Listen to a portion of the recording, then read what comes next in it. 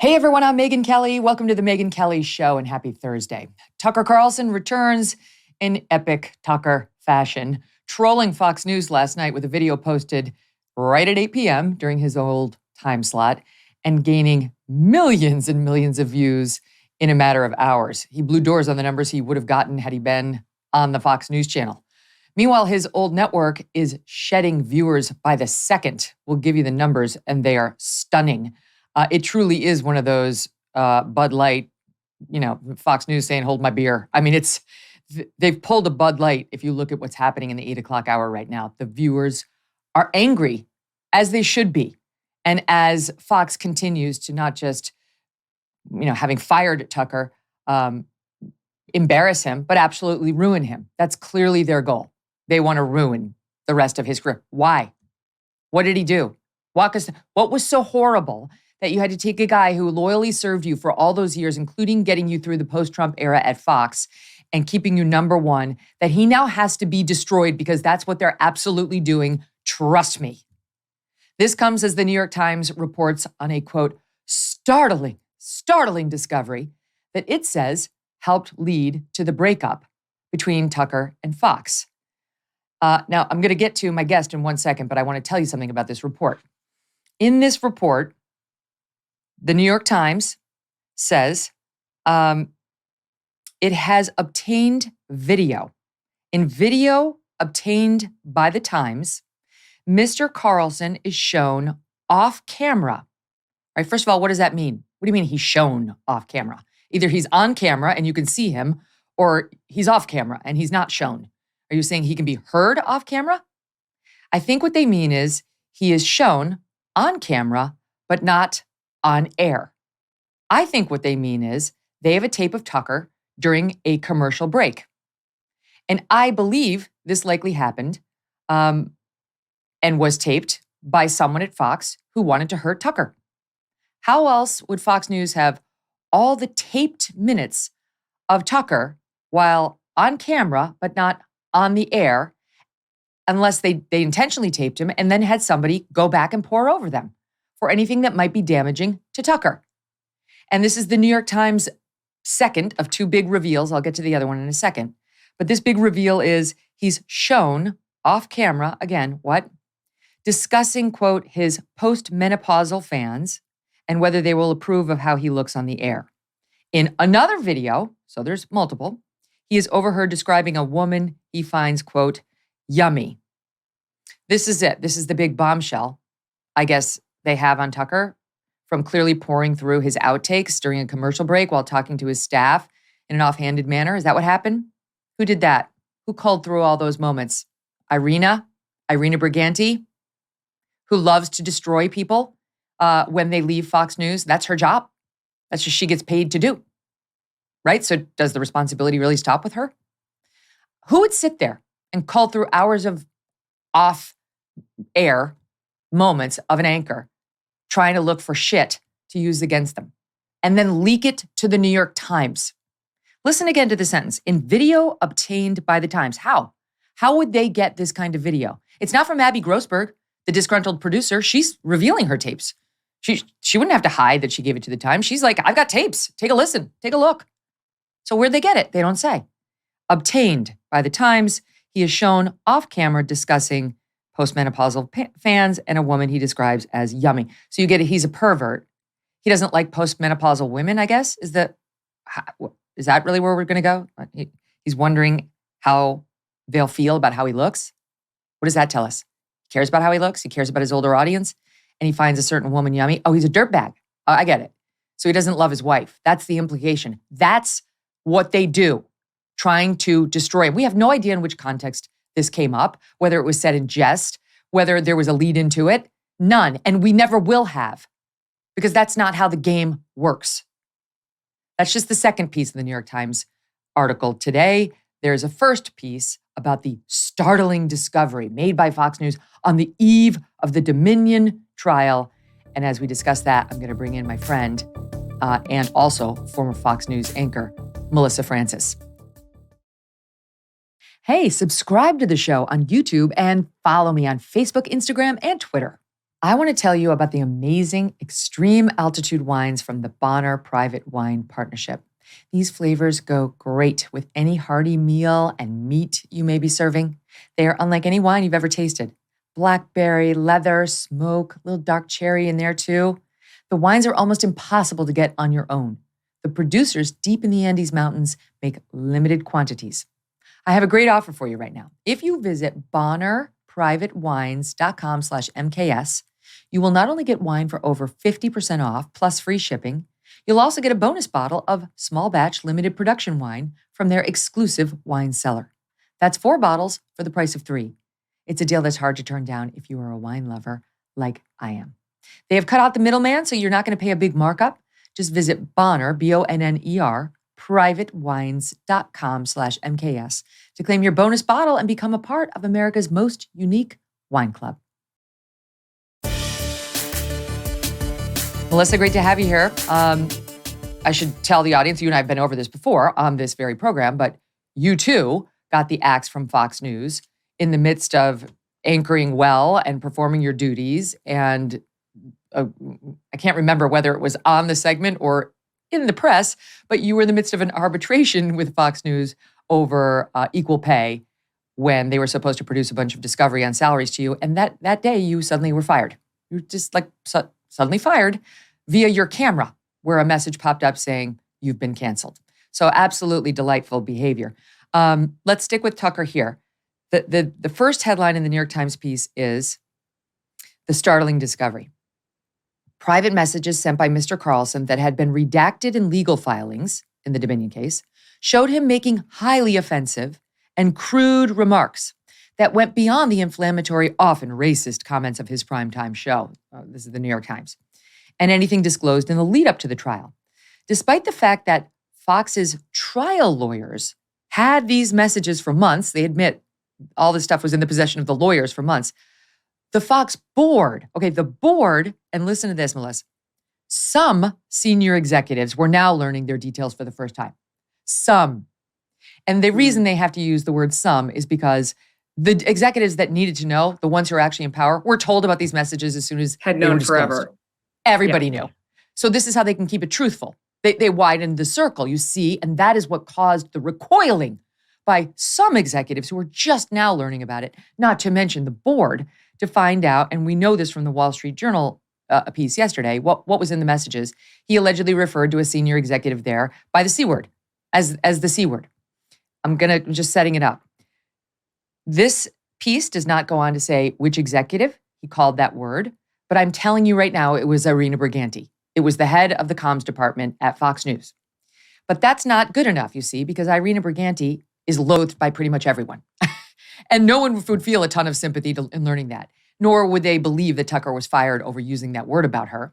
So enter some very helpful lefties this morning, like Joe Scarborough, who falsely says, I got this from Bill Maher. It wasn't Irina. It was Suzanne Scott, the CEO of Fox News.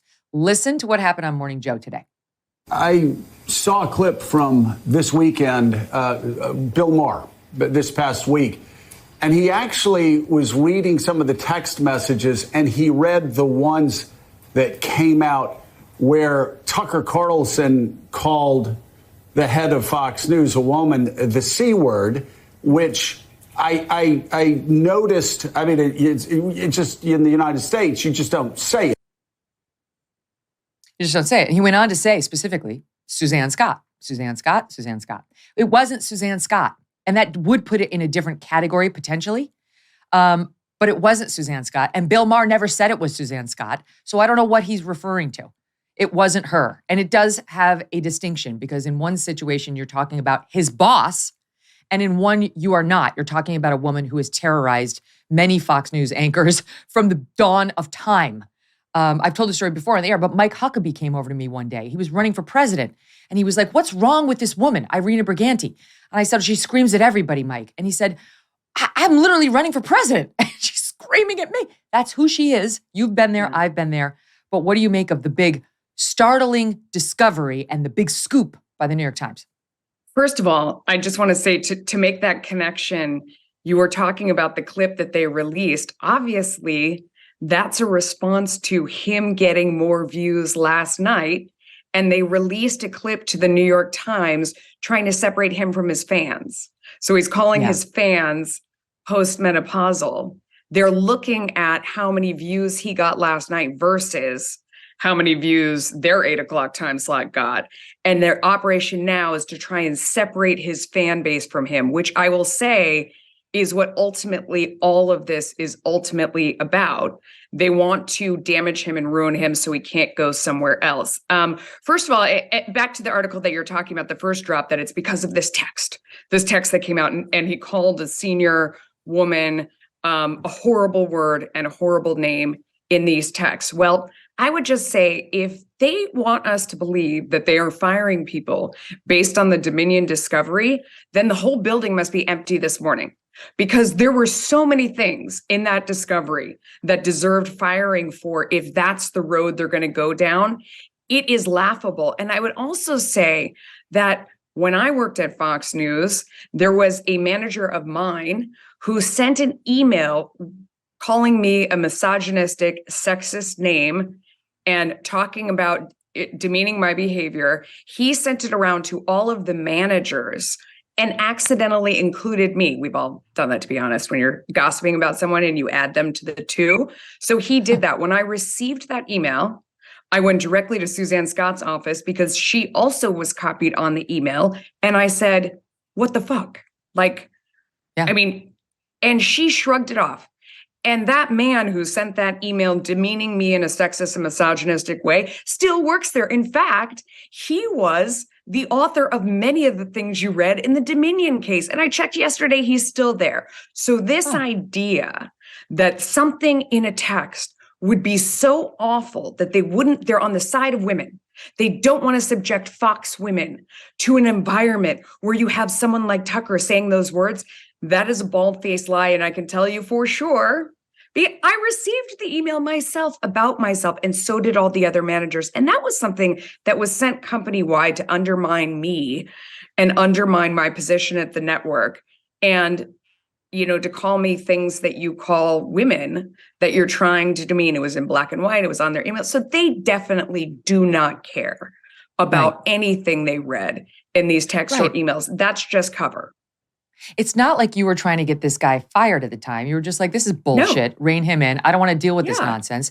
But the standard was never go have this person fired, have that person fired. And Fox News, and those of us who have worked there, tend to have thick skins. What's happening here is they're pretending that they don't. They're pretending that they're a bunch of eggshells. Like, oh my God, Tucker, he used the C word about a senior executive. And if you can get the players at Morning Joe to amp it up even further and say it's actually the CEO, the only female CEO in the industry for a lot of years, even better, which is a lie and wrong, but there's a reason they got it wrong in a way that reflects poorly on Tucker. So they're not. These are not. No one's on their fainting couch over at Fox News and reading a single thing Tucker wrote in those texts. Absolutely correct. And also, I think what galls me when I read these articles, me personally, is that they want you to believe that Fox News is on the side of women. And we know for sure, I know from my own personal experience, that's definitely not true. As I told you about the exact same situation where there was an email sent out about me and they did nothing and the person still works there. But then there's also, the person that is still negotiating for them to this day, Diane Brandy, who told me women make less is just a fact. That's just the way the world works. That was another woman telling me that about pay at Fox News. At the time, she had two professional actresses out there playing her in motion pictures, trying to win awards in Bombshell and The Loudest Voice, playing her, hurting women inside Fox News. She's a private person and she's a lawyer. So if those representations of her really hurting and damaging women were untrue, she certainly would have sued for defamation, but she didn't lift a finger. So obviously she's admitting that she hurts women left and right, yet she's still there doing contracts.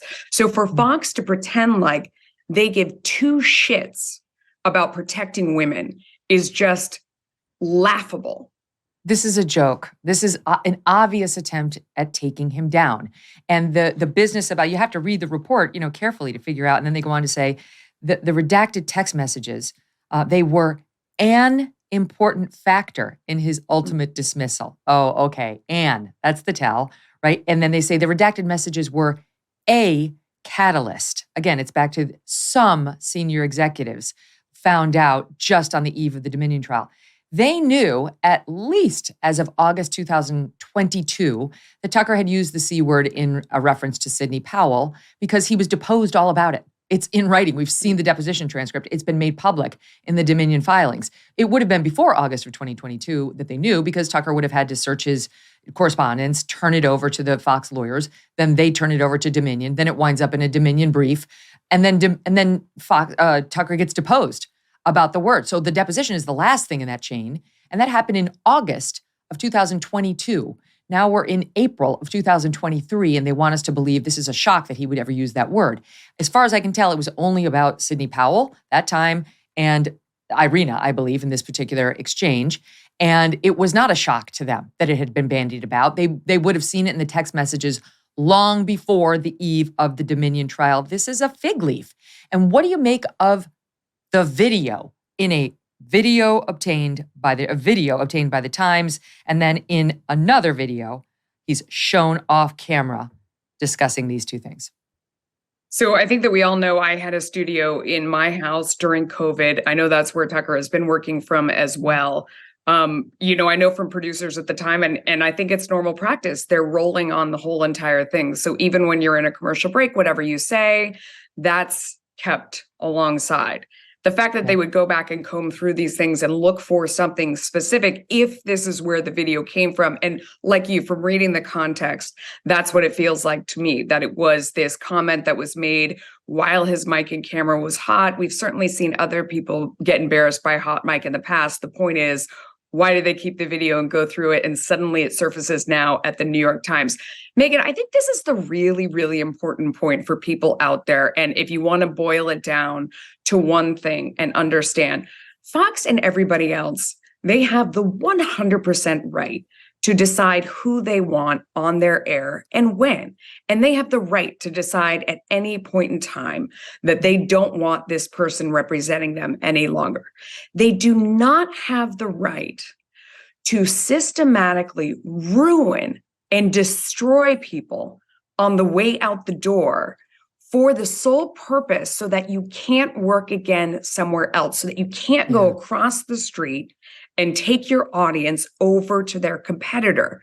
This is a normal thing in our business. It's not just Fox. I mean, I watched this happen to you at NBC, and I know you can't talk about this, but I watched it happen. They pull you off the air, and then they have all the microphones, because as the talent, you can't speak out at the time about anything related to your departure, because you are risking breaching your contract, and you are risking then that they won't have to pay you anything. And none of us can afford that. We can't afford to be fired without any severance and you're just out on your own, especially when they're going to do their damnedest to make sure you never work again. So you're sitting there holding your tongue, and they are in front of all the microphones just dumping whatever file they have on you, anything they can dig up, true or false. I mean, Irina Briganti practically has a byline in the Wall Street Journal. She's just pouring it in. She's sending stuff over to the New York Times. They're just going to fill the airwaves with anything they can say about you. NBC did the exact same thing to you, and you can't say anything. And by the time you settle with them, and by the time you get all of your legal things wrapped up, there's a sentence after your name that's stuck with you for the rest of your life. That's why you departed from wherever. And it will say Tucker Carlson, who parted ways with Fox News because of sexist comments that were uncovered during the Dominion case. And that's not why they fired him. But that's what they want. They want to get that in there, and they want to separate him. This is their time to damage him, ruin him, and separate him from his audience so that he can't work in the business again and he can't take them somewhere else. This is the thing we see each and every time. Watch it happen. The next time someone gets pulled off the air, they're quiet, they're trashed, their reputation is ruined, their career is ruined, and they have to sit silently because their former employer holds all the money, and they're not independently wealthy to sit there and kiss off that money on the way out the door. Because the more you make, the more money you're talking about never getting. You nailed it. You're looking down the barrel of potentially never working again, right? So first of all, trigger. But yeah, right. Sorry. I mean, your analysis, just in general, I would say, is spot on.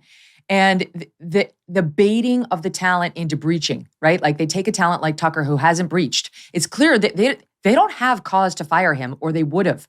There's not even a report from the Fox side saying he breached his contract and he's getting fired and he's not getting paid. But they'd love for him to give them cause by speaking to the press, by doing something that would violate his contract, so that they don't have to give him a dime. Now you're fired. Right. And you don't have any of the money, and it's just they can say whatever the hell they want about you. But so if they can keep him shut up long enough, while they're the only ones who have the power to speak out via the Journal, via the Times, via whatever reporters they're talking to, then that's great. They're winning the entire PR war, and by the time it's all said and done and they sign a separation agreement, the damage is done. They don't care what happens at that point. And I will tell you this, when I left Fox News of my own volition, right? They wanted me to stay. I left kindly and with a handshake and a thank you for the many years I'd had there. They tried very hard to get me to sign a non-disclosure. And I said, I'm not doing that. Why would I do that? And they were very angry. And it is one of the reasons why things, I think, on their end, soured toward me, because I was like, I'm not signing that. And that's the reason I'm able to tell stories like the ones I'm telling right now, because I refused to sign one. And there's a whole other backstory, which I'll get to someday about that. But at NBC, I didn't have that kind of power in the moment. At Fox, I was at the end of a deal. I thought I had friends there who weren't going to stab me in the back just for not signing a non-disclosure and for making the choice to go to a job that would let me raise my family. Didn't quite work out that way.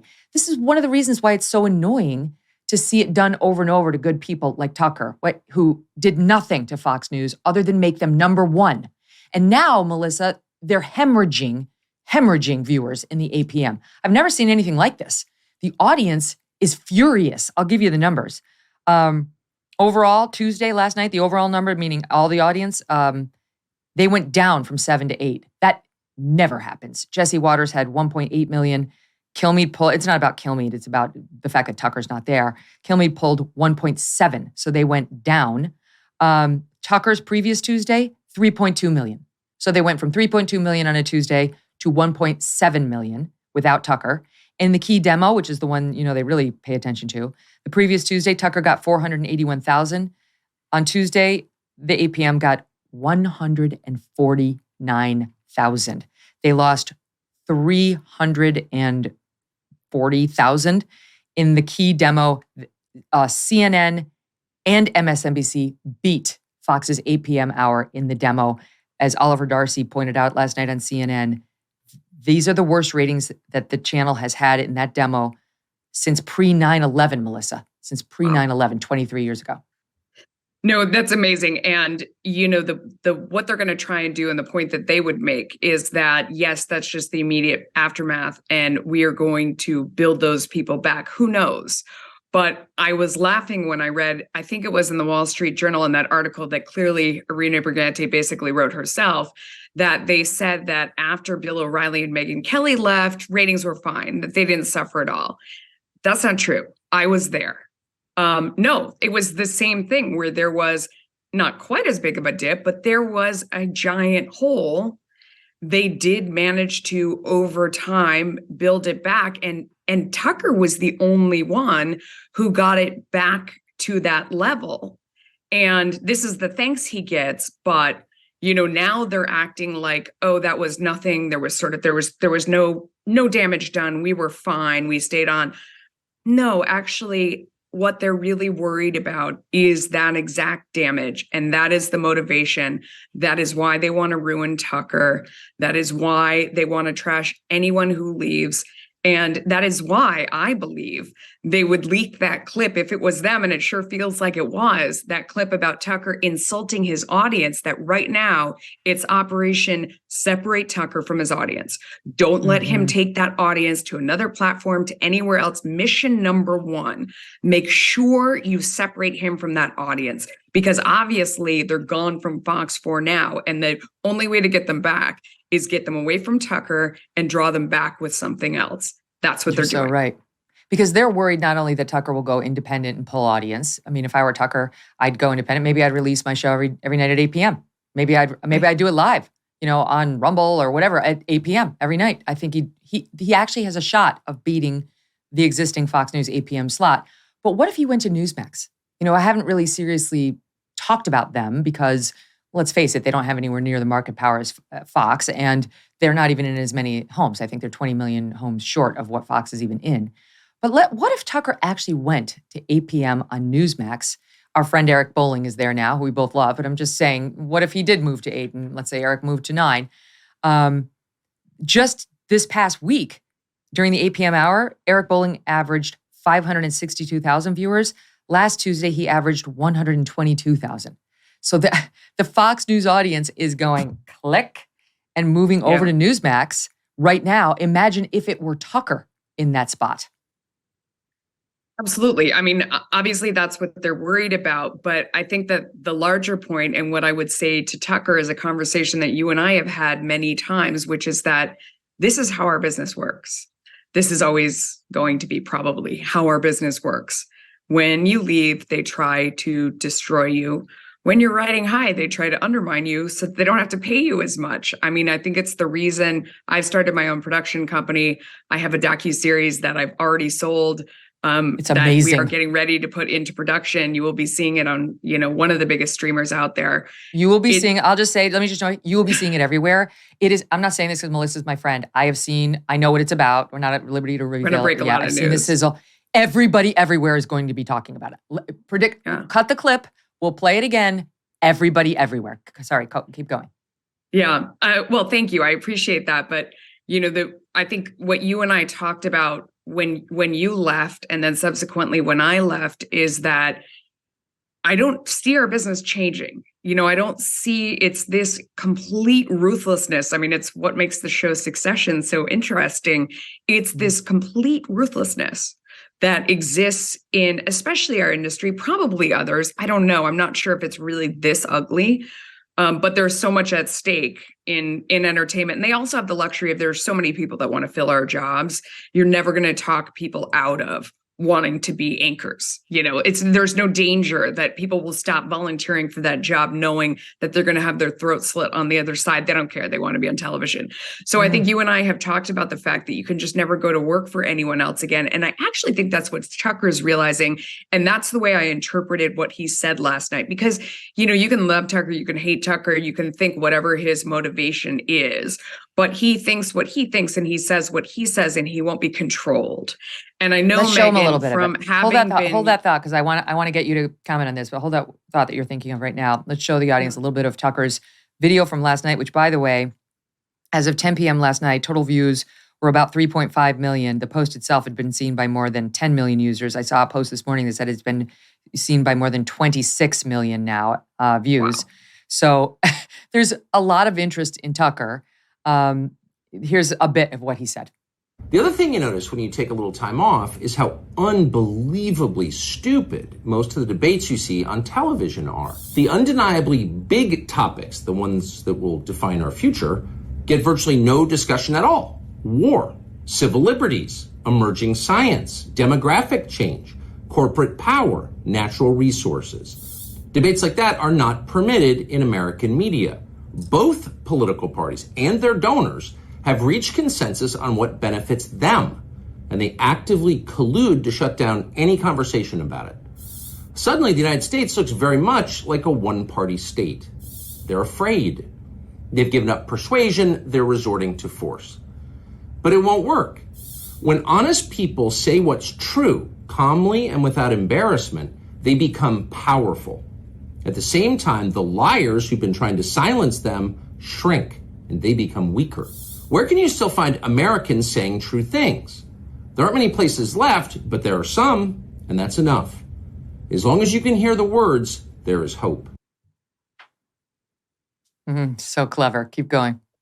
It is interesting because I don't think it's about true and false. What I do think it's about is independent thinking, that you're not going to be controlled. You're not going to say what you're told. You're not going to cheat off the notes of, one side or the other before you go on. As an early student of Megyn Kelly, What I found very compelling watching you was always a little bit dangerous because you didn't know what you were going to get. You couldn't predict what you were going to say, what your analysis was going to be. It was always original. It was always creative. It was always something you hadn't heard or you hadn't thought about. With Tucker, it was always the same thing. And why I was a fan of his long before he had his show, and even when I disagree with him, which is much of the time, you still, as an intellectual and as just a curious person, and as someone who cares, you respect someone who's really looking at the issues and thinking independently, who's willing to engage. That's what makes him interesting. That's what made both of you hits at night, in my humble opinion. It was dangerous. You didn't know what you were going to get. But that's what made you dangerous. And that's what made you a threat to the powers that be when they couldn't count on. And, this is one of the themes that we're hearing a lot of in the aftermath of Tucker's firing. And I don't know, they're saying, oh, he couldn't be counted on to toe the party line in the next election. And, there's this thing being handed down at Fox as to who you're supposed to support, and Tucker won't get on board. I don't think it's necessarily that, but it's this idea that he won't ever be controlled and he won't toe the party line. And that's what makes him a compelling host, even if you do not disagree with him. I mean, that's what people say to me when you're walking down the street or you talk to them about it. I don't always agree with him, but he's going to say something I haven't heard. I mean, Greg Gutfeld is like that too. It's just, he's just not as scary to them. Yeah. But it's the same kind of thing where you work hard in your craft to come up with some original take and or at least an original debate. Like he said, you're not going to do the same old debate with the same old talking points and the same old point of view. That's really boring and doesn't advance the conversation. That's the thing. And people are saying to me all week and even before now saying, I watch Tucker. They don't say I watch Fox News. They say I watch Tucker.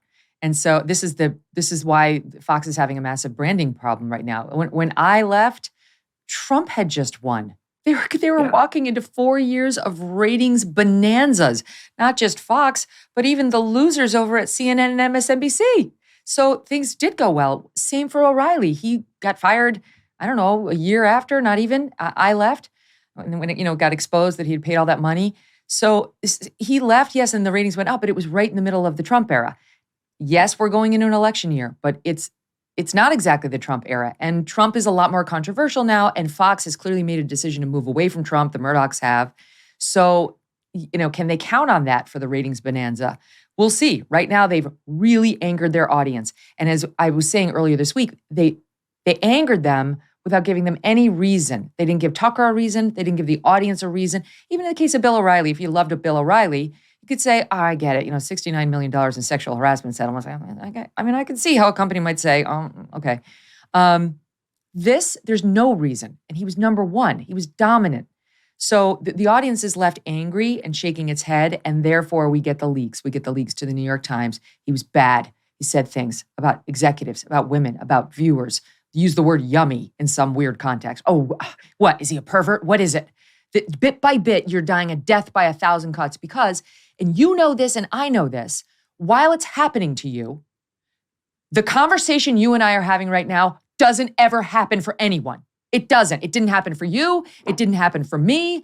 Like, you get a few defenders in a few pockets, but for the most part, people are afraid. They're afraid to have conversations like this because Fox is a behemoth. NBC is a behemoth. And they can find a way to hurt you just for commenting on it. If they really had a smoking gun and it was really like, here is what we got that was so horrible, we couldn't stand by him, why wouldn't they just stand up and say it? I mean, why not? Why leak all this stuff, trial balloon after trial balloon? Like, what's the thing that will separate him from his audience? If he really did something that was own it. Why wouldn't you say, or, it was a business decision. We decided it was more controversy than it was worth. Or, his sponsorships were gone on his show. People didn't want to buy airtime on his show. I mean, I maintain that what they really care about is the stock price, because I think what the Murdochs would like to do is find a way to exit that investment and figure out how to get their money out. That's incredibly hard to do because they would have to sell Fox to another entity It's too toxic the way it is. Even without Tucker, it is very hard to say another company to say we're going to acquire Fox News Channel. That would be a giant controversy. So you can't do that. There's really no individual with deep enough pockets that they could come out and buy Fox outright and make it their own family business and their own family dynasty. It's not like buying a newspaper. It's a lot more expensive than that. They could roll it out as a public company and cash out of it. Okay, maybe, but firing Tucker doesn't help that. I mean, that you saw their stock price tank. So I think those are some of the things that they're grappling with, is sort of, we're in this terrible position. Like, how do we get our money out?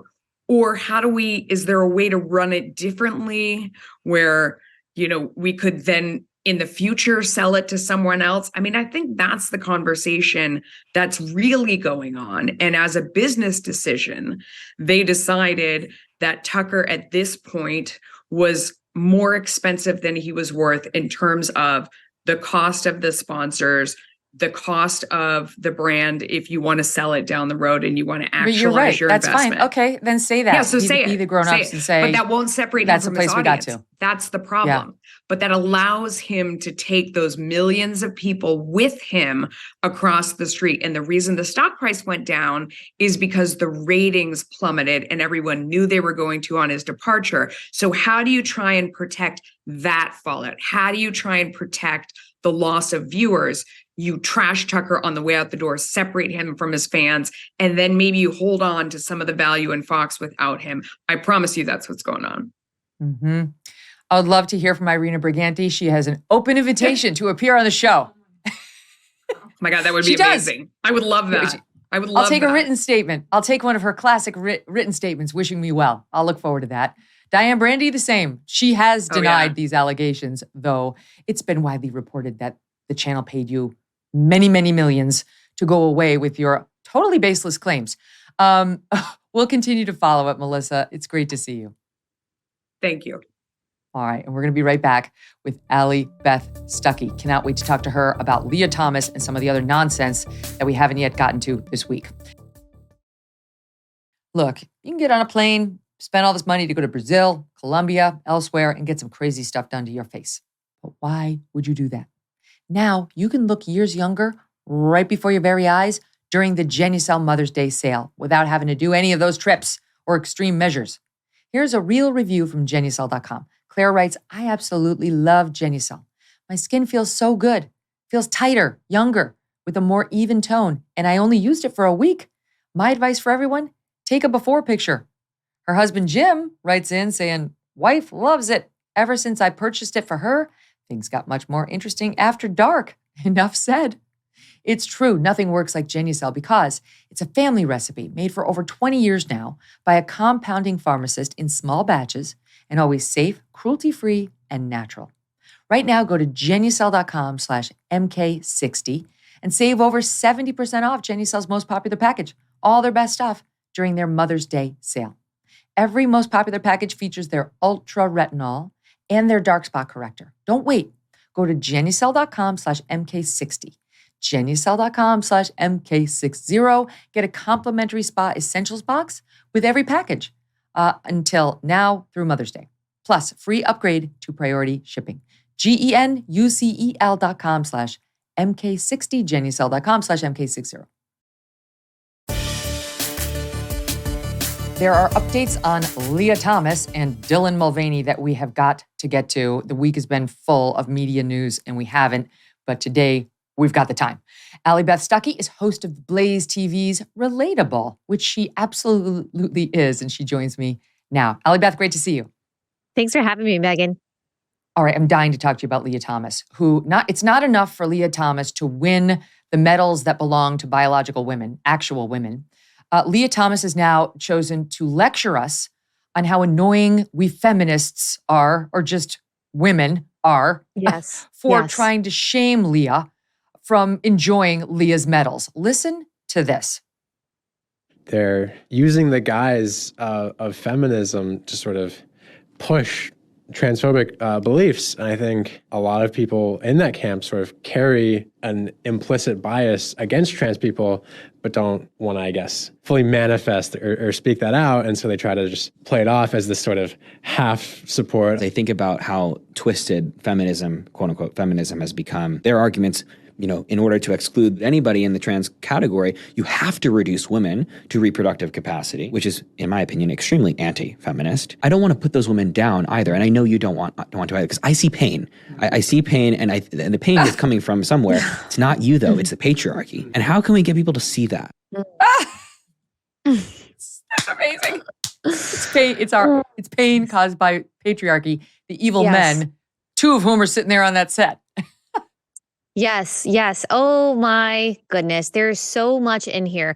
First, that they pretend like they don't know what a definition of a woman is. I actually think that host, if I read correctly, is actually also identifying as transgender. So is also, he is female to male. I think so. I think that's what I. Oh, he's female to male. Oh, he's passing. Okay. Yes, and so we've got a lot of confusion going on here. But whatever you want to call it, this is kind of condescending language towards women who very much understand the fight that we're in. Now, I don't necessarily identify as a feminist because there's a lot about feminist ideology that I just can't agree with. I obviously have different stance on abortion and things like that. However, I do understand what a woman is. And the feminists that I see in this fight, I'm not talking about your like garden variety mainstream feminists who just go along to get along and say a man can become a woman. But there are real feminists who I don't agree with on a lot of things, but who are absolutely in this fight, who have made their definition of a woman, the goal of their mission absolutely clear. These people are playing dumb. They know what the definition of a woman is. It's not reducing women to a reproductive capacity, which, by the way, would still be more of a substantive definition than saying that a woman is just growing out your hair and wearing a skirt, which is what they do. But they're pretending like we don't know. They're pretending like you and I are just these dumb victims, and that if we were finally liberated and finally enlightened and not so scared and oppressed by the patriarchy, then we would finally understand that this person, Leah Thomas, is a real woman. And we would allow him into our locker rooms, into our bathrooms with glee. And obviously, you and I take issue with that for a variety of reasons. And this word transphobic, I've been thinking about this word. I said online recently, go ahead and call me transphobic. I don't care what you call me. I believe what I believe. Women are women and men are men, and ne'er the twain shall meet. It doesn't work. You can't change your sex. And gender is really not a thing. Right. So you can call me, but like the word transphobic, it suggests fear of trans people.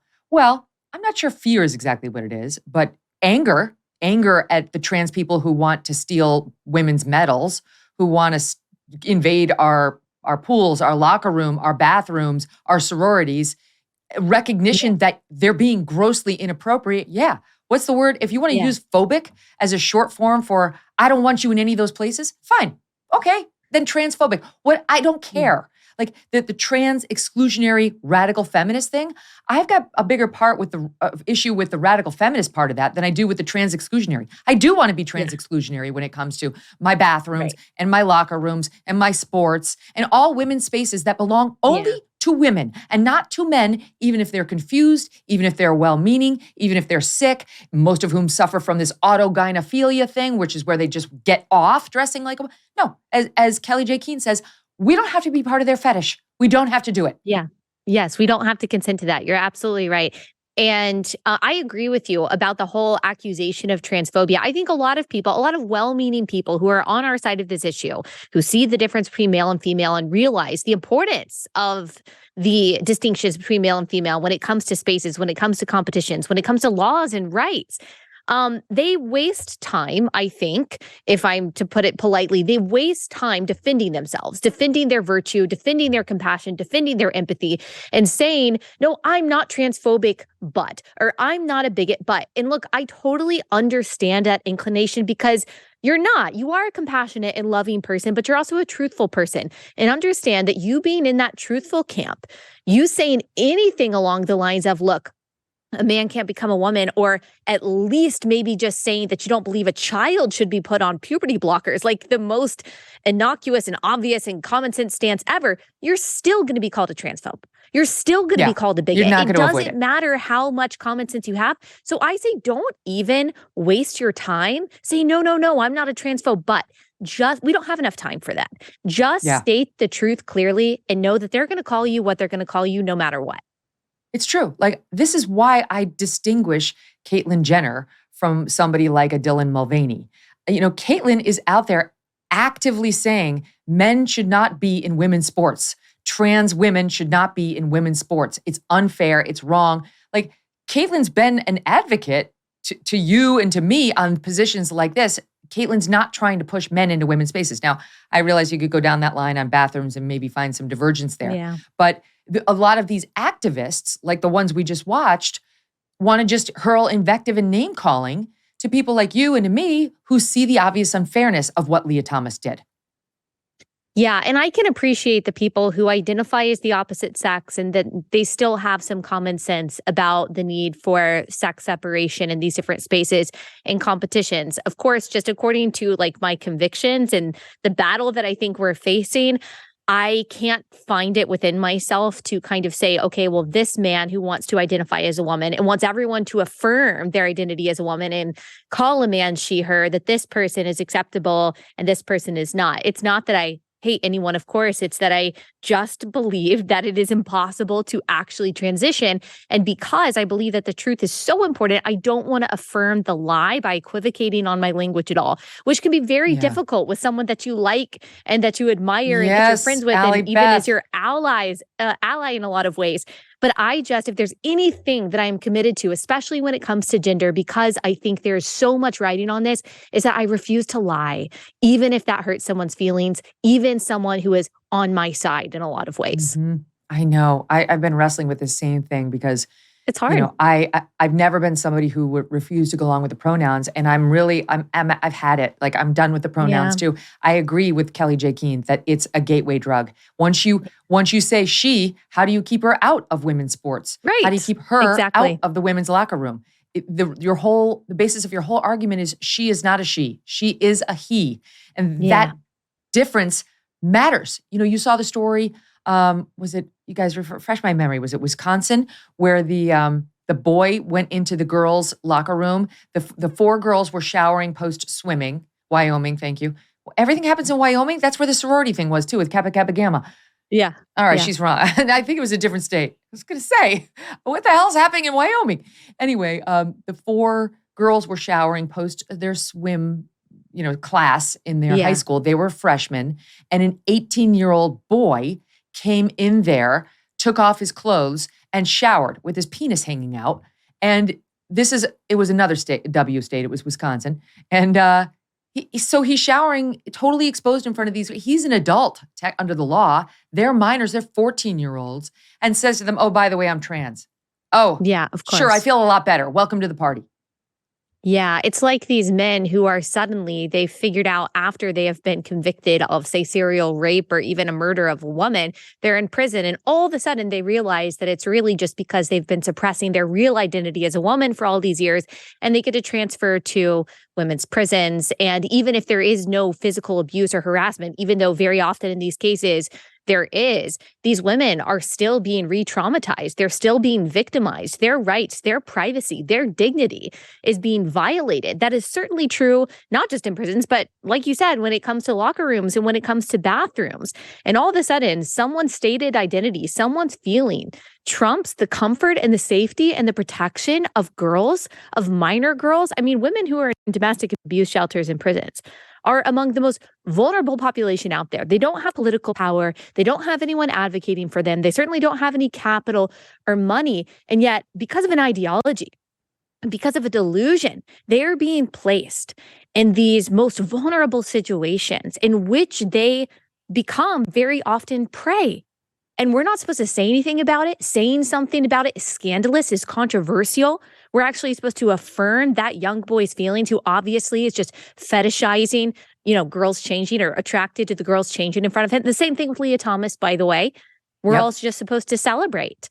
And we're supposed to ignore Leah Thomas's social that. media and what Leah Thomas has been liking on social media, what turns Leah Thomas on, which very clearly is what turns on a biological man dressing like a woman, getting off on it. There are men who say that they're trans women who, that's their whole thing. They get off on dressing like a woman. They take it to the point where they actually have their penis chopped off and create a vagina, fake vagina on themselves so they can get off all the time. It's not all trans people, but there is a large selection of people who are like this. And why is it up to us to have to figure out who's that way and who actually has gender dysphoria from birth? That shouldn't be on us. All right, I got to go because I got to squeeze in a quick break. More with Allie, Beth on the opposite side of this break.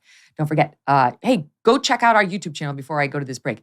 YouTube.com/Megyn Kelly. We're on fire right now over YouTube, and we're almost at 1 million viewers and subscribers, and I would love to get there. So please help us out so we can continue bringing you the truth. Also on podcasts, go ahead and subscribe on Apple, Spotify, Stitcher, Pandora, wherever you get your podcast for free. Look, you did the tough thing during COVID. You paid your people and pulled your business through the pandemic. And now doing the tough thing could qualify you for up to $26,000 per employee at covidtaxrelief.org. Government funds are available to reward companies with 2 or more employees who stayed open during COVID. This is not a loan, and you don't have to pay it back. The program's complicated, but no one knows more about it than the CPAs and tax experts at covidtaxrelief.org. You pay nothing up front. They do all the work and share a percentage of the cash they get you. Businesses of all types, including nonprofits and churches, can qualify, including those who took PPP loans, even if you had increases in sales. You did the tough thing for your employees during COVID. Let covidtaxrelief.org help get you up to $26,000 per employee. Visit covidtaxrelief.org. covidtaxrelief.org. covidtaxrelief.org. So, Allie Beth, the fallout for Bud Light continues in the wake of its disastrous attempted partnership with Dylan Mulvaney. The latest stats are that they are down now 17% in sales. Their sales fell 17% in the week ended April 15th compared to the same week in 2022, 17. And they are down 21% in pours. The so-called beer board, which is a thing, actually tracks some 3,000 locations. And these locations tracked that the 6% less Bud Light being poured than rivals like Miller Lite and Coors. Well, you might think, it's only 6%. No, because prior to this whole dust-up, Bud Light had been getting poured 15% more than its rival light beers. So it fell 21%. So it's down 21% in its pours. It's down 17% in just sales that, like you're going to get a Bud Light in the supermarket. And the sales of rival beers, Coors Light and Miller Lite, each grew nearly 18% compared to the same week a year earlier. This is post the leave of absence of Alicia Scheinerfeld, the VP of marketing who made this decision, and her boss, who's also placed on a leave of absence, showing us what? Oh, man. I would love to think that this is going to be a long-term consequence, that they're really going to reap the whirlwind here. And I'm glad to see, I do think that the boycott is important. I think that it's made a good impact. I think that it's at least communicated some type of message to corporate America. Now, whether it is going to stick, I would say it's very skeptical. This leave of absence, as I've seen other people say, was probably just a shuffling around. She's either going to stay at Bud Light, she's going to go to another company, she's going to have equal impact and influence there. I mean, I think it's good that Bud Light responded in some way. They realized, okay, we kind of missed the mark, but ultimately these companies, Bud Light, just like these other big corporations, they care about their ESG score. They care about the score that is coming to them from the Human Rights Campaign, which is a total gimmick, which basically says you have to, reach all of these arbitrary standards that we call equality standards, and we'll give you 100%. Bud Light really cares about that. That's why they push Pride. That's why they picked Dylan Mulvaney. And ultimately, what we're seeing is that a lot of these companies care more about that than their customers. It's not that they misread their base. It's not that they didn't know that they are the beer of frat parties in, Georgia and Alabama. They knew that. This marketing person said, I know that. I don't like that. These companies don't like when their buyers, when their market is made up of conservative Americans.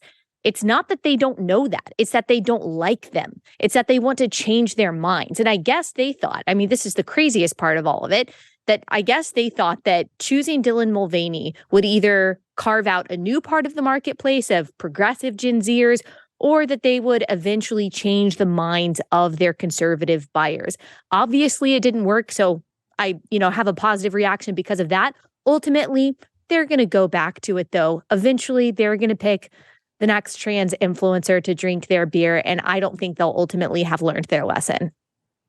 I don't know. I think this one worked, and I think it's going to stay low because they changed the perception of their brand.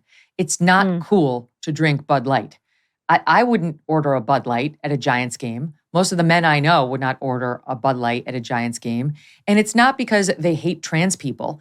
It's because it's an FU to Bud Light and their belief that their audience is disgusting and deplorable and too fratty. Right. And it's also the fact that they picked this particular trans person who I don't really even know whether Dylan Mulvaney is genuinely a trans woman at all. I really have my doubts. I think this person is glomming on to the trans movement for attention, which I don't think is the case for Caitlyn Jenner. I think Bruce Jenner was genuinely gender dysphoric and transitioned to Caitlyn because it was something that Bruce had been separating or suffering from for years.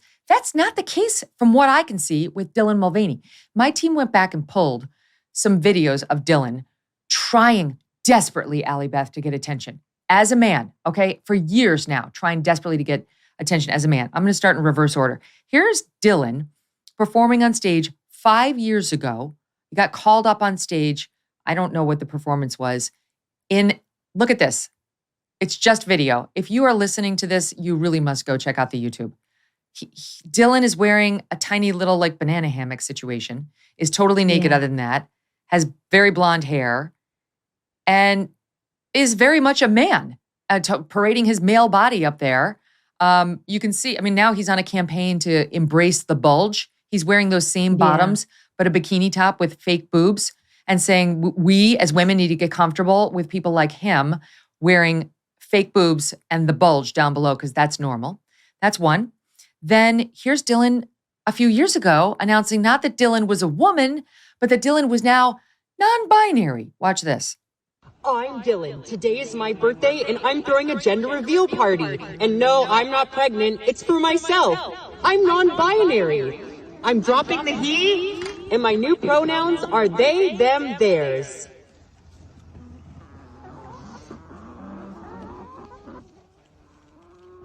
Okay. That lasted for about 2 minutes before Dylan said, now I'm a she. By the way, credit to Allie London, who's a great follow on Twitter for all of this. Allie's been such a great activist on all of this and keeps us all informed on the craziness that's out there. And now Dylan is officially a she. And if you don't say she, you're a bigot, you're a transphobe. Yeah. We've all seen the Price is Right video. Dylan was dying for attention. Dylan wanted us to pay attention to Dylan. And when Dylan now finally found she as Dylan's thing, Dylan's done nothing but mock women, portray us in the most absurd caricatures. It is truly woman face. I wouldn't say that about every trans person, but what Dylan does is a mockery of us. Yeah, going back to something you said earlier, that there really is a dark underbelly to this. And we're not talking about the men who maybe truly have suffered from gender dysphoria, which, by the way, always starts in toddlerhood. There is a medical definition of gender dysphoria, but this contagion, this phenomenon of men, of grown men, not just identifying as and dressing as women, but really as young girls. It's very strange. You see a flamboyant gay man with a 5 o'clock shadow dressing up like sometimes like a prepubescent girl. Like he has dressed up as Eloise, so a 6-year-old girl. Sometimes he looks like a 12-year-old girl. Sometimes he looks like a teenager with the big bows. Obviously, he thinks being a woman or being a girl, the 365 days of girlhood as a 26-year-old man, means basically being a ditz, being a floosy, being dumb, wearing tight little shorts where he says he can show off his bulge. He has a very dark and perverse, I think, understanding of what it means to be a woman or a girl. My theory is that very dark forms of pornography are actually leading to this phenomenon in a lot of men. Yes, I do think it's attention seeking, but I do think there is a dark sexualization of women and femaleness and femininity that comes from this, or rather the other way around, that this kind of gender confusion is coming from that kind of fetishization. I don't know that about Dylan Mulvaney, but just looking at the things that you have just pointed out, that he's always sought attention, that he's just been a flamboyant gay man, a very, very talented, by the way, Broadway singer, a very handsome man, that all of a sudden he has now decided that he's not just a woman, but a little girl. Look, there's something very, very disturbing about that. And what's more disturbing is that he is being platformed for it, that he's being celebrated for, as a grown man, identifying as sometimes a 6-year-old girl. I mean, that is sick. That's really sick. Yeah, let's not forget how Dylan launched Dylan's whole campaign as somebody of the opposite sex. 365 Days of Girlhood. Exactly. Was actually on a discussion for Ulta Beauty, which is a huge cosmetics chain, talking with a guy who has a beard and a mustache, but is going as a woman with a long-haired wig. I don't even know what's happening with that person, about their girlhoods and periods. I mean, yeah. So that's how Dylan launched Dylan's campaign into our lane. It's offensive and it is creepy. And that leads me to this threatening trans TikToker who we talked about just a bit last week. This person's name is Tara J. And this person decided it would be a great idea to threaten anybody who didn't let Tara J into a woman's room. Tara J is not only very clearly a man, but probably one of the least attractive trans people you've ever laid eyes on in your life. And Tara J is threatening to shoot you and me and anybody else who tries to say, Tara J, get the fuck out of our bathroom. Stay away from my daughter. You would say it nicer because you are a nicer person. Literally is on camera saying, I don't know that I would, Megyn. I don't know. When it comes to protecting your kids, if this man walked into the bathroom with my girls, I think I would say that too. Okay, I feel better. I feel absolution there. So Tara J, as it turns out, because this is to the point that you were raising, is totally doubling down on all of that. Do we have that? We have that. Here's Tara J, because people were giving some pushback for, you're really nasty and you're really threatening. And now here is Tara J saying, you don't like it? Too bad. I meant every word. It's SOT 21. So this is going to be the only video that I'm going to make about this viral video. Number one, I was threatening people who were threatening me. Look at the date on that video. Number two, I am fully justifiable for doing so. Number three, the call to arms, I firmly stand fucking by it. Okay, let me give you a little background on Tara J, who we're supposed to let into our bathrooms or we're going to get shot. Tara J, according to Redux magazine, was previously known as Thomas J White, appears to have begun transitioning in 2017. On one of his Twitter accounts, White describes himself as a, quote, diaper trans mommy, and as a, quote, transferndom. That's a new one for me. White posts hardcore pornography on the account, including photos of himself wearing diapers and children's clothes. Again, repeatedly threatening violence, not just in the original post, but in many posts against those uncomfortable with him using the women's restroom, saying, I dare you to try to stop me or anyone else. It will be the last mistake you ever make. One mistake is all it will take. So to your point, neither of us is saying it's true of every single trans person, but there is a disturbing percentage of trans people like Tara Thomas J who want to take this to next. You'll look at me in my hardcore diaper pornography and let it into your bathroom or I'll shoot you. Like, it really is a slippery slope. Yes, exactly. It's not a universal statement to say that there is significant crossover here. It was actually Genevieve Gluck, the person who started Redux, a feminist magazine who reports on a lot of this stuff, who opened my eyes to the connection between certain forms of dark pornography, which I obviously won't detail here, and this phenomenon of grown men like this becoming quote unquote women. And there's almost always an infantilization fetish that accompanies that. And yet you'll notice that the masculine aggression in its worst form doesn't go away. So this person simultaneously wants us to believe that he's a dainty, beautiful princess that should be able to share a bathroom with our toddler daughters, and also is telling you that if you make him uncomfortable or say, you know what, I think I'm going to protect my daughters from you diaper fetishist, that he is actually going to kill us, that he's actually going to attack us, that he's going to shoot us. So you see that they retain the most aggressive and base and toxic forms of masculinity. I say that as someone who thinks, masculinity is beautiful and great, while also trying to retain the sexual forms of being a woman, the access that comes with being a female. How do people not see that combination is so dangerous for women and girls? It's wild. Oh, I love what you just said. That's brilliant. Yes to everything you just said and the way you said it. So we have the gift of fear, as Gavin de Becker wrote in his must-read book. It's the sixth sense. It's the thing that makes you say, I'm not getting in the elevator with that guy. I don't have a good feeling. Exactly. Or I'm walking out of this room because there's something about him. And that is a gift that we've gotten from God, from evolution, from life on this earth, in unsafe spaces or spaces we thought were safe that turned out not to be. We come into the world with it to some extent, and then we develop it over a lifetime of high school experiences and college experiences and so on. And what people like Tara J are saying is, you will check it. You will get rid of it. No matter how much I threaten you, no matter what a freak I am, I'm sorry, but diaper porn is not coming into my daughter's bathroom. You will check it, or you're a transphobe who may be in danger, who I actually might shoot. And this kind of stuff is left up. It's all over Tara J's TikTok. Look at this montage that we have here. If I see a viable threat coming at me where I deem it a viable threat against my body or my life, I am perfectly legal to take that threat out. Keep that in mind. And I don't care how big you are, the mistake you make is your last one. I've been a supporter of the Second Amendment my entire life. I know how to shoot. It wasn't a joke. I'm dead serious. I will defend myself, and I will defend my girlfriends. I'm standing up for those who can't stand up for themselves. I'm protecting those who are not strong enough to fight for themselves. Because I'm a big bitch.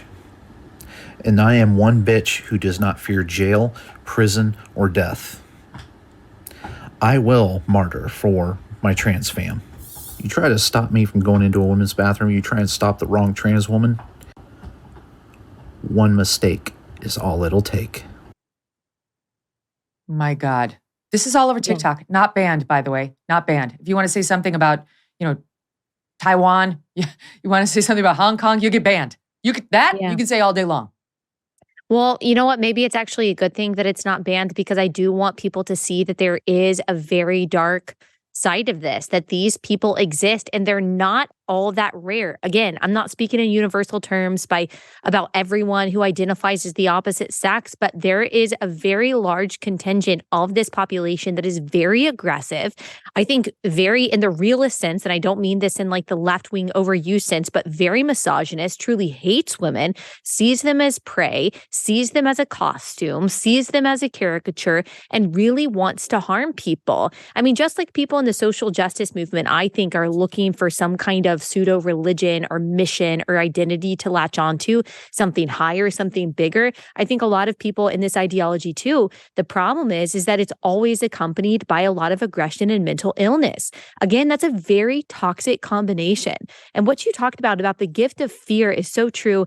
And think about, you and I, we don't care about being called a transphobe. We'll tell a man, get out of my bathroom.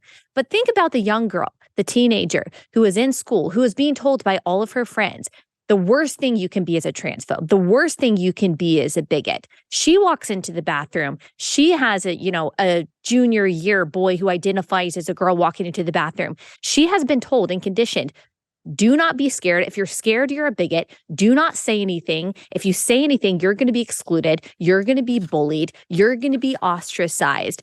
Any instinctive fear or concern that you have right now is actually a sign of your bigotry.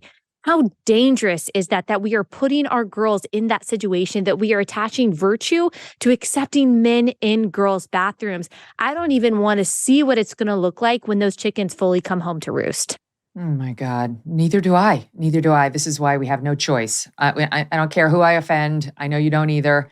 It's time. I don't care. I don't care if you're not used to talking about this stuff, if you'd rather just not fight, if you'd rather just like go along to get along. The time for that is past. It's beyond past.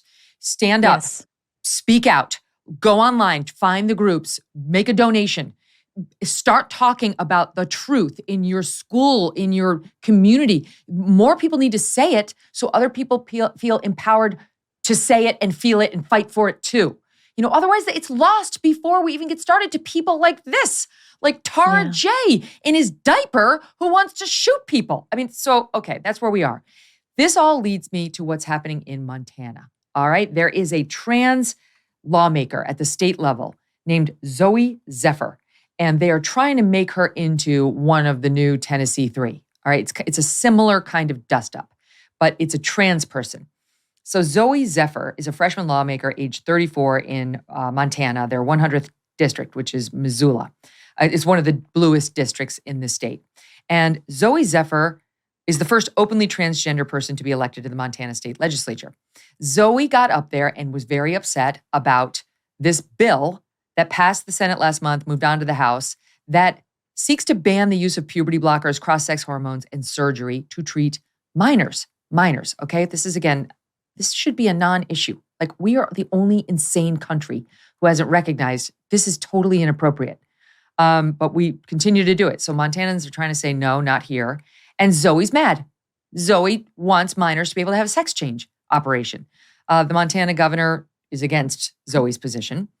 And they're debating it in the Montana State House. Zoe gets up there and says the following in support of Zoe's opposition to this ban on these cross-sex surgeries for minors. If you vote yes on this bill and yes on these amendments, I hope the next time there's an invocation, when you bow your heads in prayer, you see the blood on your hands. The blood on your hands, right? This is what they do.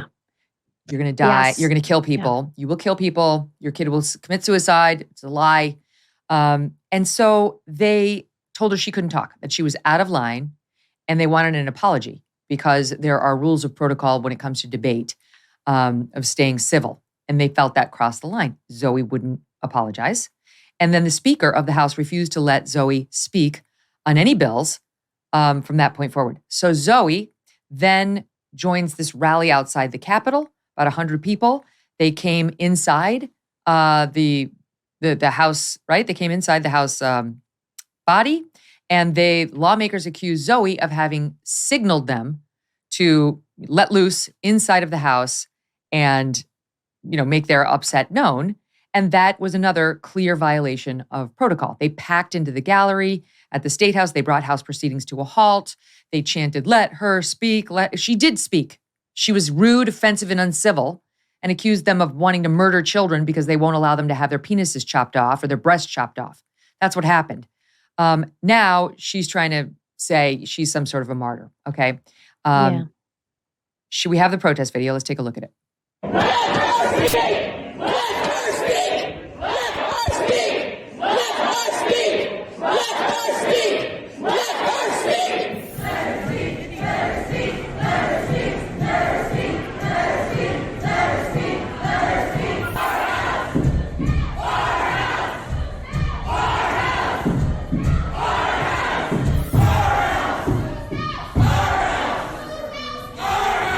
That's Zoe there with the microphone. She's like one of the protesters. She's holding the mic up. She's all in. It's just like those Tennessee 3. She doesn't realize she's a lawmaker. You're not a protester, madam. Act like a grown-up now. So she goes back onto the House floor, and she did get the chance to speak again. Did she dial it back? Did she apologize for doing any of this? No, here's what she said. I have had friends who have taken their lives because of these bills, including one family whose trans teenager attempted to take her life while watching a hearing on one of the anti-trans bills. So when I rose up and said, "There is blood on your hands," I was not being hyperbolic. And when the speaker asks me to apologize, what he is, on behalf of decorum, what he is really asking me to do is be silent when my community is facing bills that get us killed. He is asking me to be complicit in this legislature's eradication of our community. Now they have officially censored this person, and she's not been kicked out of the state legislature, but she is officially no longer allowed to speak inside the House chamber and attend the House floor proceedings for the rest of the 2023 session. She can still vote remotely. Here's the piece I'm getting to, Allie Beth. They've taken a deep dive on her. Let me find out who it is. Claremont took a deep dive into Zoe Zephyr. And some of these same things that you and I are discussing have come up. It appears Zoe, Zoe did not exist until 2019. Zoe was Zachary until 2019, when after several months of taking female hormones, Zoe declared that she's now Zoe. Had surgical vaginoplasty in 2022. Parents disowned Zoe, so obviously some difficulties in Zoe's past when Zoe decided to, quote, transition, which, by the way, is an impossibility. You cannot transition from one sex to another. And then, quoting from the piece, disturbingly, he is extremely interested in transhumanism, the melding of man and machine through technological enhancement of the human body. The subject of an abandoned master's thesis at the University of Montana. Perhaps, the publication speculates, this explains his desire to modify his body. Goes on to say that Zoe is also a fan of manga and anime. Zoe has posted disturbing, sexualized anime images on his Twitter.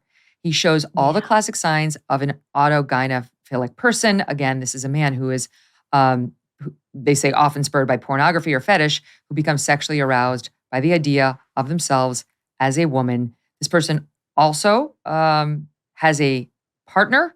They're dating somebody named Anthony Aaron Reed. I can't.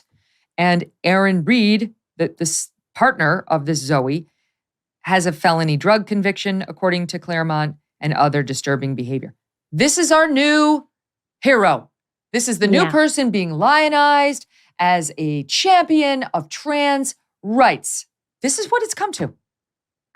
Yeah. Oh my gosh. So much of what you just said about this person's background is not surprising at all. I always get in trouble when I say this, but there is a distinct connection between certain forms of anime and the gender confusion that we see. That's not to say everyone who watches anime is in this camp. That's not to say we saw with the Mr. Beast guy is bad.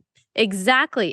Certain forms of anime, which actually they're centered on the sexualization of women made to look like young girls, even sometimes babies. And so there does seem to be a distinct connection, whether it's autogynephilia, whether it is just an addiction to weird pornography, whether it is truly some kind of mental illness, probably a combination of all of these things. I mean, what this person said, what he said is actually untrue, that simply protecting children from chemical castration, protecting minors from double mastectomies, from puberty blockers, from cross-sex hormones that will render them permanently sterile. And if you are a woman unable to breastfeed your child, should you change your mind, should you want to have a child one day, this is not what is causing the suicide epidemic among people who identify as the opposite sex.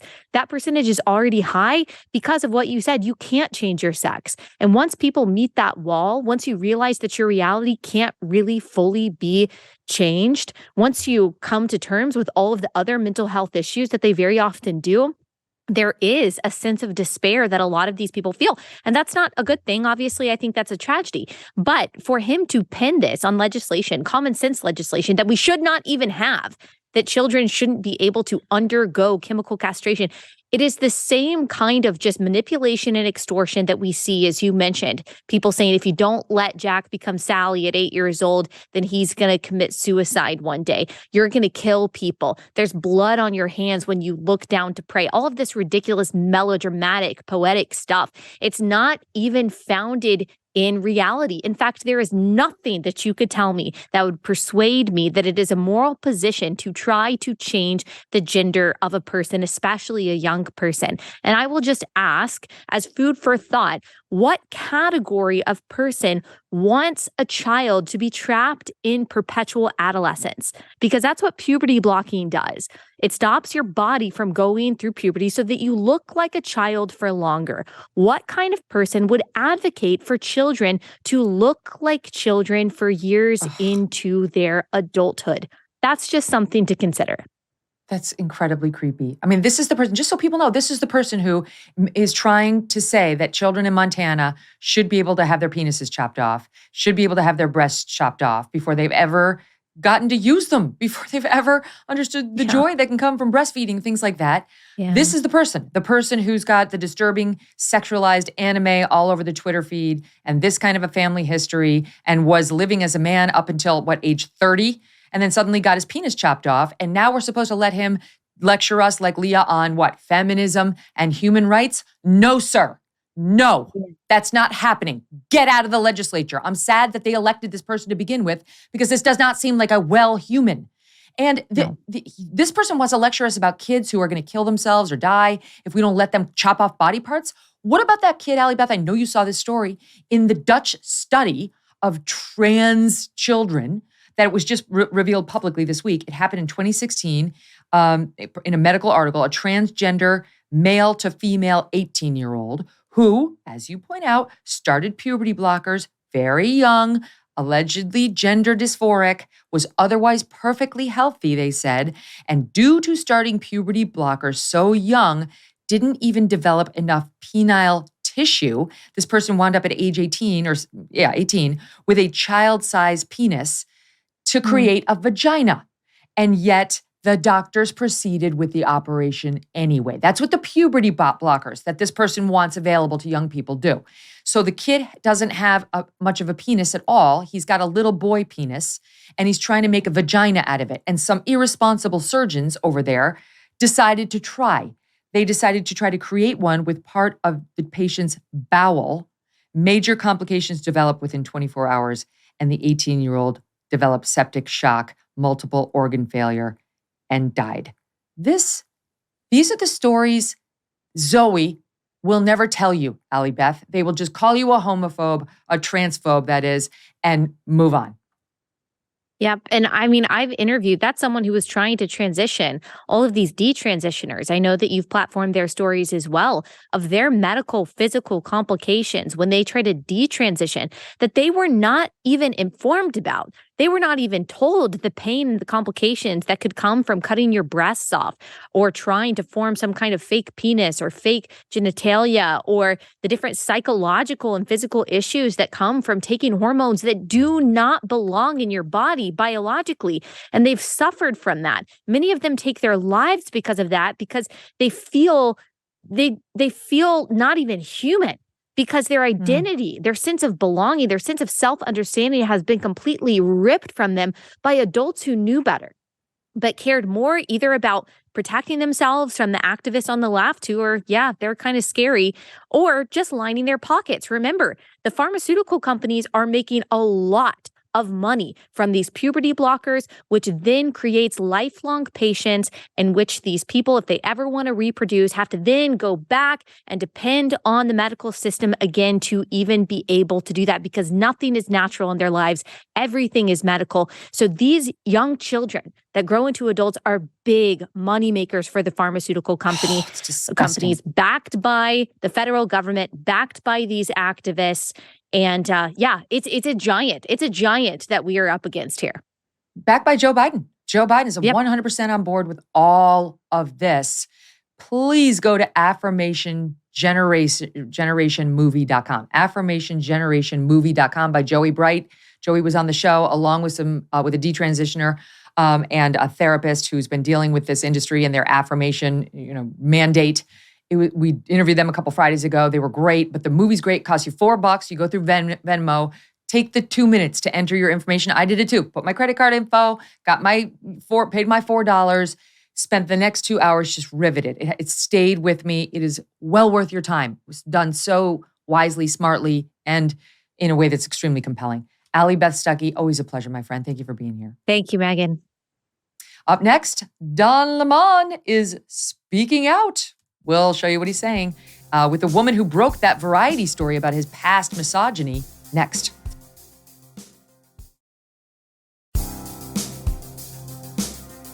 Now for another media shakeup, we got a couple to update you on. Don Lemon speaking out on his termination, and so is Al Sharpton. Very upset that Lemon is out. This, as you may have missed, the fact that NBC Universal chief executive, like the guy at the very, very top of the whole empire over there, was just fired. His name is Jeff Shell this past weekend after an investigation found this guy had an inappropriate workplace relationship. Nothing's happened to the woman accusing him of having an affair with her. It's all very interesting. Joining us now to discuss it all, Tatiana Siegel. She's executive editor at Variety, and she has broken a ton of these big stories. She's an award-winning journalist. I just went through the list, Tatiana. Okay, formerly Rolling Stone, The Hollywood Reporter, 5-year stint at Variety before you worked there now. And you won all sorts of awards, including Print Journalist of the Year in 2019 by the National Arts and Entertainment Journalism Awards and so on. So you're the real deal when it comes to reporting. You check your facts. And before we get to Jeff Shell, because most people don't even know who that is, but it's basically like the boss of the person running NBC News. Let's talk about Don Lemon, who you wrote the article in Variety that talked about the weirdness with Kira Phillips, the long history of alleged misogyny that he got very angry about, denied, threatened to sue over. Let me just ask you, first of all, have you been sued? Not yet. Okay. So amazing. Just a threat, but no actual lawsuit. Let's start there. I'll play what he said last night at the Time 100. But for people who aren't familiar with your in-depth piece, what would you say was the biggest headline out of it? The biggest headline, I would say, is that his purported misogyny dates back really far. Like the whole Kira Phillips incident happened in 2008.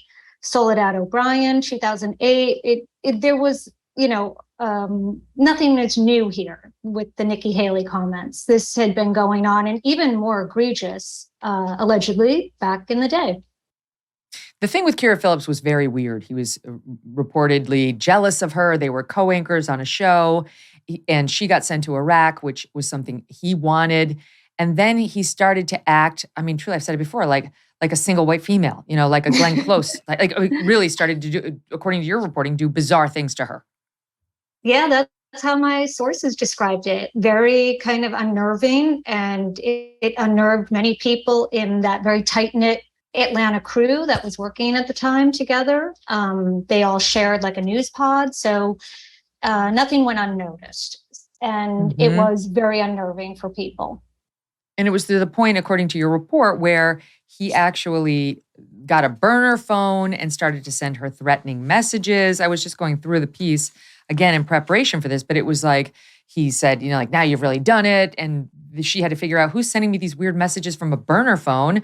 This is bizarre. They did an investigation, and you report that they found out it was Don Lemon, that he was then fired. He was fired from that job. He was demoted after texting her, now you've crossed the line and you're going to pay for it. They traced the text back to him from the burner phone. He was abruptly pulled from his co-anchor duties with Phillips, moved to the weekends. It was demotion by any objective measure. Now, he came out after this and said, it's all lies. The story's riddled with patently false anecdotes. No concrete evidence, is entirely based on unsourced, unsubstantiated 15-year-old anonymous gossip. It's amazing and disappointing that Variety would be so reckless. CNN, we covered this at the time, said the Variety story provides no actual proof. I love this because, CNN is the one that would have the actual proof, instead relies on anonymous sources and unsubstantiated claims from 10 to 15 years ago. CNN is unable to corroborate the alleged accounts, as if it had no record of this. What you report would have been an HR investigation that led to a main anchor's demotion. In light of his firing this week, do you do you see that denial differently, or what do you make of it? Well, I make that denial out to be exactly what I did 3 weeks ago, which was, it was very Trumpian. It's just all fake news. Everything here is fake. And I was like, well, it's an undeniable fact that Dawn was moved abruptly from weekdays to the weekend, which by any objective measure is a demotion. So, give me point by point what you are disputing. And there was no point by point. It was just, none of this says we can't corroborate, which is absurd to me. Right, because human resources records, maybe they're in a vault somewhere, but you can find the key to that vault and dig them up. And they're kept for a reason. People. Yeah, they're kept for a reason. Well, that's exactly it. So that's what I was saying after the time. If this isn't, if you don't know whether it's true, you should have a working interest in finding out whether it's true, because you've now partnered him with 2 other women who are complaining about him. So call up Kira Phillips. Why don't you ask her? She's still in the news business. She's at ABC. Ask her if it's true. And why don't you say, do one better and say, you know what, Kira, if we made you sign an NDA, you're released from it. Tell the world about your experience with Don. We'd all like to know, for the sake of Poppy Harlow and Caitlin Collins and every other woman at CNN. They didn't do that, but Don Lemon was gone, I don't know, within a month, because once again, he had an on-air dust-up in which he diminished his female co-anchor and was very rude to Vivek Ramaswamy. So now he's out there. He goes to the Time 100, which is this annual event in New York where, we try to pretend that we're all important, and was asked, keep in mind, he's hired Alison Gollust, who was let go. I mean, technically resigned, but was forced out of CNN for having an affair with Jeff Zucker. She was a comms person. He's hired her to advise him on how to communicate around this whole thing. And here's where he landed. Was it truly a surprise? What a surprise. Leaving CNN. Well, I think that my statement speaks for itself. Yeah, it was a surprise, but life goes on. That's behind me, and we'll see what happens in the future. I'm going to spend my summer on the beach and on the boat and with my family and just chill out, and then I'll see what happens next. Life is short, and you have to, whatever life hands you, you have to bob and weave and do it. I'm a survivor. I come from strong, sturdy stock in Louisiana. I live my life with no regrets. I'm a survivor. He went on to say, people love me. I'm a survivor. People love me. I'm the kind of person who lives with no regret. Okay. I mean, he's gotten like a little self-help there. And he says onward. But the truth is, no one's going to hire Don Lemon. They're just not like, when you did your investigation, did you find Don has a lot of support behind the scenes in this industry? Absolutely not. And although I could see a scenario where he does resurface somewhere. I wouldn't be totally surprised, but I think no one would ever pair him with a woman on air again. That has gone disastrously at least twice now. Back with the Kira Phillips, that was in 2008. That was the last time Dawn was on air with a woman until Poppy and Caitlin. Mm-hmm. I don't see it. I mean, how do you hire somebody who is a known misogynist? Like, that's really what he was fired for. And unlike the Tucker situation, it's all on the air. The Kira Phillips thing wasn't on the air, but all the other stuff was on the air. You could see it. He told the rape victim she should have bitten the penis. He told S.E. Cupp she had mommy brain because she couldn't remember her thoughts. He openly chastised his co-anchors for, interrupting him and tried to seize control of every broadcast, talking over them and so on. A lot of the Nikki Haley comments were so known that they were mentioned at the Oscars by the Best Actor. Karine Jean-Pierre, the White House wouldn't give an interview to him. She didn't want to be interviewed by him because of all this. Like, all this stuff is known. You don't have to this isn't CNN trying to destroy him. This is Don destroying himself. Yes. And by the way, that Best Actress Oscar winner, Michelle Yeoh, she recently said in an interview in Malaysia, she was like, she said, there's this person in the United States who said when a woman's not in her prime anymore, like she couldn't even say Don Lemon because I don't even think she knew who Don Lemon was, which I think probably to him was like the ultimate insult. Like she was like, yeah, there's this person over there in the United States who said that, which cracked me up. People love me. I will say this, Al Sharpton is now suggesting, I guess, that it's racism, that the reason they let him go, his National Action Network, demanding an explanation. We are completely stunned at his termination. You are? Really? You're the only ones. He doesn't seem concerned that Soledad O'Brien suffered from. There were two women in my story who were on the record, who were Black women, who, in Soledad's case, he allegedly said during a meeting with some 30 people that she wasn't really Black. And, where's the outrage for that? Yeah, because he wanted to Bigfoot her. He wanted to Bigfoot her on another project. So we're completely stunned at his termination, said Al Sharpton. Then the president and CEO of the National Urban League, Mark Morial, said in a joint statement issued with Sharpton, throughout his career, Don has been a superb journalist who was very open to the civil rights community on issues others wouldn't touch. Don's voice has been invaluable to the conversation of how we become a more just nation with the health of our democracy undergoing perhaps its greatest test. We cannot afford to silence his voice. Well, we did. we may not be able to afford it, but we apparently did it anyway over at CNN. They're going to have to come to terms with it. All right, let's spend a minute on Jeff Shell. Jeff Shell had a lot of power. I mean, Jeff Shell was like the big boss after Steve Burke got the boot over at NBC Universal. So a lot of people, this is kind of like what happened with Jeff Zucker, where he fished off the company pier. He was married like Zucker was, and he had an affair with an underling, in this case, an on-air person who worked for CNBC. Yes. And the way I describe it to my kids is Jeff Shell is kind of like the Jack Donaghy of CNBC. Of NBC Universal for the 30 Rock fans out there. He's like the top dog over there.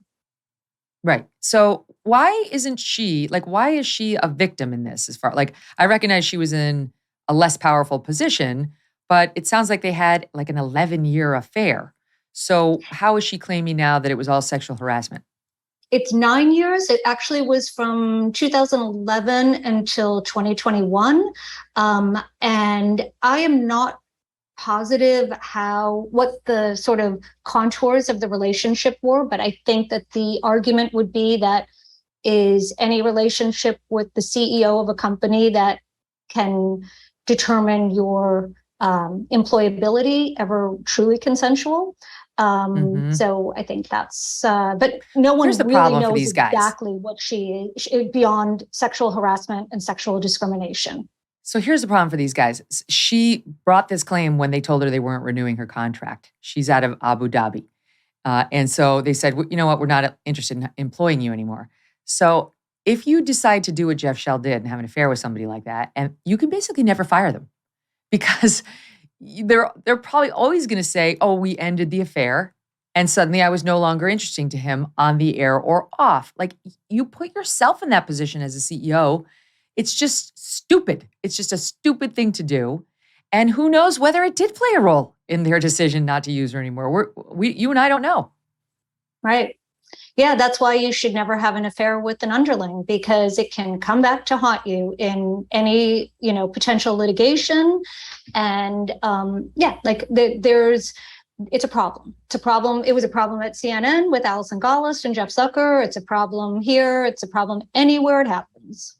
Meanwhile, this guy, Jeff Shell, as I understand it, fired people like Ron Meyer for having an affair with somebody outside the company. While he was having an affair with the CNBC anchor. By the way, what's her name? She's come out. She's outed herself. What's her name? Hadley Gamble. Hadley Gamble. So most of our viewers may not know her because she's CNBC and she's overseas. But he's firing other executives for having affairs, and then he continues his own extramarital affair with an underling. It's the height of hypocrisy and didn't go unnoticed by anyone in the Hollywood community. Oh, God, it's just dumb. Like, there's so many beautiful women out there. Pick somebody who doesn't work for you. It's so simple. A lot of women would be dazzled by somebody who had his post and his power and his money. You don't have to, there are plenty of attractive brunettes, which was apparently what he was looking for, who cannot be in a position to accuse you of harassing them just because you have a 9-year affair. All right. Tatiana, so good to see you. Thank you for all the great reporting.